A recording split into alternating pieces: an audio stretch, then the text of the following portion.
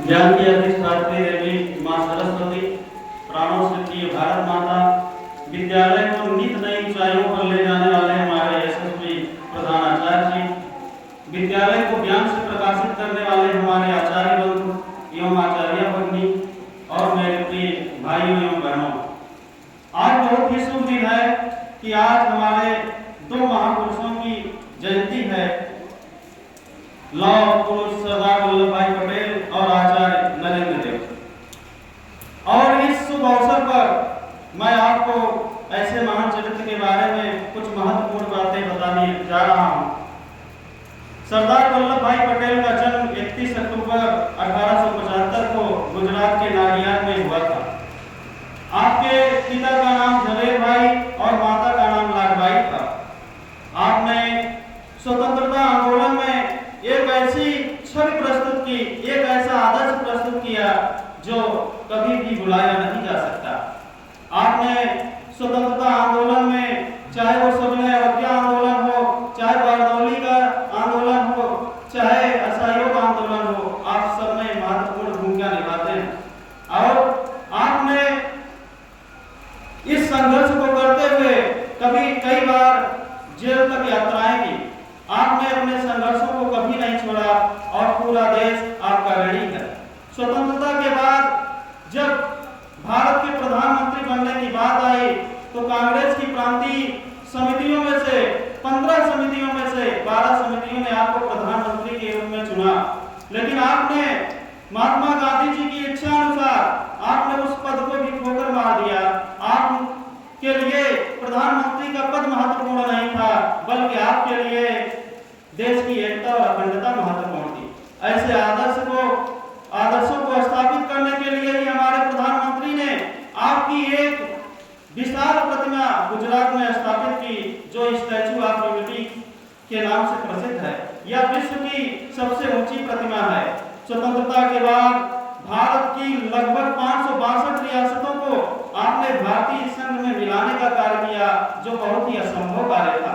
लेकिन आपने ऐसे असंभव कार्य को भी संभव करके दिखाया, क्योंकि आपका मानना था कि संभव है हर बात जीवन में, कुछ भी बड़ा नहीं। संभव है हर बात जीवन में, कुछ भी बड़ा नहीं। हारा वही है जीवन में जिसने कभी लड़ा नहीं। आप अपनी दृढ़ इच्छा के कारण ही लौह पुरुष कहलाए। बारदौली आंदोलन में आपकी भूमिका से प्रभावित होकर वहां की महिलाओं ने आपको सरदार की उपाधि प्रदान की और आपकी जयंती पर आपके सम्मान में आज के दिन एकता दिवस के रूप में मनाया जाता है। और आपके आदर्शों को देखते हुए, आपके महान व्यक्तित्व को देखते हुए यही कहा जा सकता है कि जिंदगी में कभी संघर्ष ज्यादा तो कभी कम होता है। जिंदगी में संघर्ष कभी ज्यादा तो कभी कम होता है और लौह पुरुष वही कहलाते हैं जिनके इरादों में दम होता है। आप 15 दिसंबर 1950 को हम लोगों को छोड़कर अलविदा कह गए, लेकिन आपका जीवन हमेशा आदर्शों से भरा रहा है और पूरे भारत को प्रेरणा देता रहेगा। हमारे भैया बहन भी आपके आदर्शों से बहुत कुछ सीख सकते हैं। सबसे महत्वपूर्ण बात जो हम सरदार पटेल के जीवन से सीख सकते हैं वो है संघर्ष, क्योंकि जीवन में बिना संघर्ष के कुछ भी प्राप्त नहीं किया जा सकता। जिस प्रकार पटेल जी ने संघर्ष करते हुए भारत को आजादी दिलाई, उसी प्रकार हमको भी अपने जीवन में संघर्ष करते हुए सफलताओं को प्राप्त करना चाहिए, क्योंकि जिंदगी जीना आसान नहीं होता और बिना संघर्ष के कोई महान नहीं होता। जिंदगी जीना आसान नहीं होता और बिना संघर्ष के कोई महान नहीं होता। और जब तक न पड़े हथौड़े की चोट, पत्थर भी कभी भगवान नहीं होता। अब हम आपको आचार्य नरेंद्र देव के बारे में भी थोड़ा सा बताना चाहेंगे। आपका जन्म 31 अक्टूबर 1889 को उत्तर प्रदेश के सीतापुर जिले में हुआ था।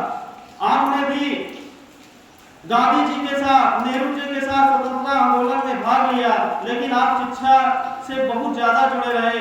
आप काशी हिंदू विश्वविद्यालय और लखनऊ विश्वविद्यालय के कुलपति भी रहे। आपने एक शिक्षक के रूप में अपने विद्यार्थियों को हमेशा शिक्षक के महत्व के बारे में बताया। आपने अपने विद्यार्थियों को बताया कि जीवन का पथ जहां से शुरू होता है वो राह दिखाने वाला गुरु ही होता है। जीवन का पथ जहां से शुरू होता है वो राह दिखाने वाला गुरु ही होता है, और जिस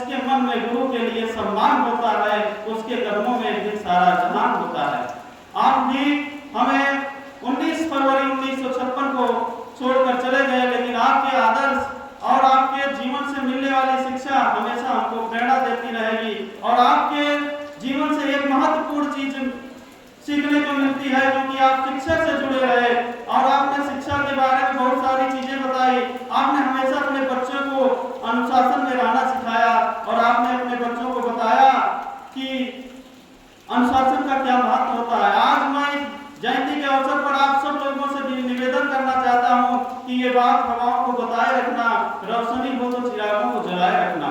ये बात युवाओं को बताए रखना, रोशनी हो तो चिरागों को जलाए रखना। जिस विद्या भारती ने हमको इतने अच्छे संस्कार सिखाए हैं, उसकी मर्यादा को हमेशा बनाए